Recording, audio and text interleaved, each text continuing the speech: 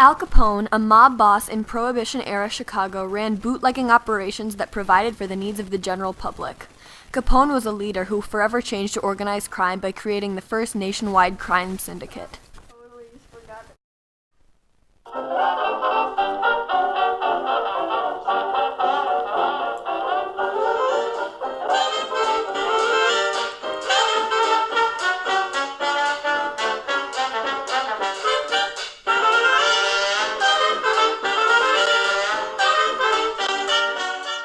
The 1920s was a decade of change, prosperity, and industry. The First World War was over. New technologies were being discovered every day. Women had just gained the right to vote. The start of the decade marked the start of Prohibition. Many Americans were pushing for the government to ban the drinking of alcohol. Lots of men and women alike believed it was sinful, and some thought it would help the economy to have money going somewhere other than the saloon. In 1919, Congress passed the 18th Amendment, which outlawed the sale and consumption of alcohol. In 1920, the Volstead Act was passed, which ordered the enforcement of alcohol prohibition. Alcohol was officially contraband. Numerous people did not abide by this law.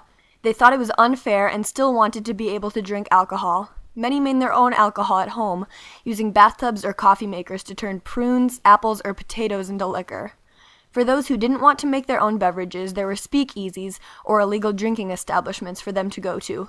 Bootleggers and moonshiners would supply the alcohol, and the speakeasies were run by gangsters. Mob bosses saw Prohibition as a grand opportunity to make money. One of the most notorious mob bosses was named Al Capone. Al Capone was born in 1899 in New York City. He dropped out of school in 6th grade after punching a female teacher. As a child, Capone was part of a neighborhood children's gang. In that gang, he met Johnny Torrio, and they became friends. Capone worked odd jobs in New York until 1919, when he fled to Chicago to escape arrest for a murder charge. In Chicago, Capone's childhood friend Johnny Torrio had gathered together groups of gangsters to create one of the first organized gangs. Capone joined the gang and worked at speakeasies as a bouncer and money collector. In 1925, Johnny Torrio was shot by a rival gang and decided to leave Chicago, putting Capone in charge of the gang. Capone was a good leader. He was liked and respected by the gang members and got the name the Big Fellow from the men. Capone was an impressive mob boss. He was able to expand the gang's reach from Chicago to all across the country. His gang controlled speakeasies, nightclubs, racetracks, casinos, brothels, and breweries.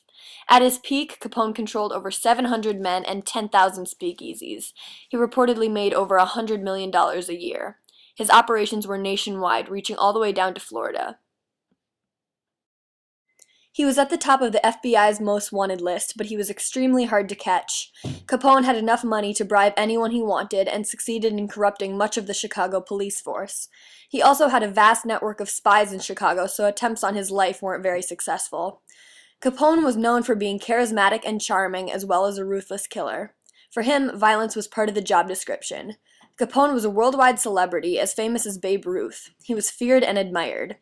Capone would dress gaudily to display his wealth. He would wear colorful pinstripe suits, a white fedora, and a diamond pinky ring.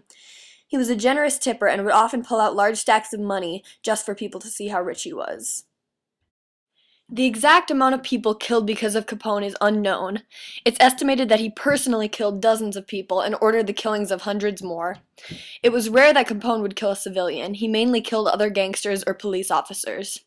One of the most famous killings attributed to Capone is the St. Valentine's Day Massacre. A longtime rival of Capone, George "Bugs" Moran, was running a bootlegging operation in a garage on the north side of Chicago. Capone wanted to eliminate all of his competition. On February 14, 1929, 7 of Moran's men were shot by gangsters dressed as police officers. These gangsters, supposedly controlled by Capone, had pretended to be policemen arresting Moran's men. As Moran's men were lined up, backs turned, hands in the air, Capone's men shot them. No one was ever arrested for these murders. Capone had an airtight alibi. With Moran out of the way, there was no competition for Capone's bootlegging operations. Organized crime was running the nation's most powerful cities. Police officers were being bribed and killed, and there were speakeasies all over the country. The person responsible for all of this was Al Capone. President Herbert Hoover personally ordered the arrest of Al Capone. Eliot Ness, a Treasury agent, assembled a group of men called the Untouchables, meaning they couldn't be touched by Capone's bribery or blackmail. The Untouchables continually raided Capone's speakeasies and breweries, forcing him to shut many down. This hurt his business. The FBI also looked for any evidence that Capone wasn't paying income taxes. Illegal money was still legally taxable. Capone had been careful with his money, but the government was able to find some witnesses and one of Capone's ledgers. Eliot Ness was able to assemble a case against Capone, despite attempts on his life and bribes from Capone. Ness was successful in gathering enough evidence against Capone to arrest him for tax evasion. Capone was tried and found guilty, and in 1932 he was sent to Atlanta Federal Prison for tax evasion. Capone was never arrested for murder or bootlegging, though it was widely known he was responsible for these crimes. In Atlanta Federal Prison, Capone used his power and influence to gain special privileges. He was later moved to Alcatraz, a high-security prison located on an island in the San Francisco Bay, where he could have no contact with the outside world, and therefore no influence. He died of cardiac arrest at age 48 in his mansion after being released early from Alcatraz for good behavior. The government realized that prohibiting alcohol had been a mistake, and in 1933 the 18th Amendment was repealed. However, the country would never be the same. Narcotics and prostitution took the place of alcohol, and crime continues to this day to be an organized, nationwide operation. Capone was dynamic, intelligent, and merciless. He was a celebrity, and he inspired the typical gangster look. Movies and books were made about him. People were fascinated by him. He was an impressive leader who was able to single-handedly turn a group of Chicago criminals and speakeasies into a sweeping crime syndicate.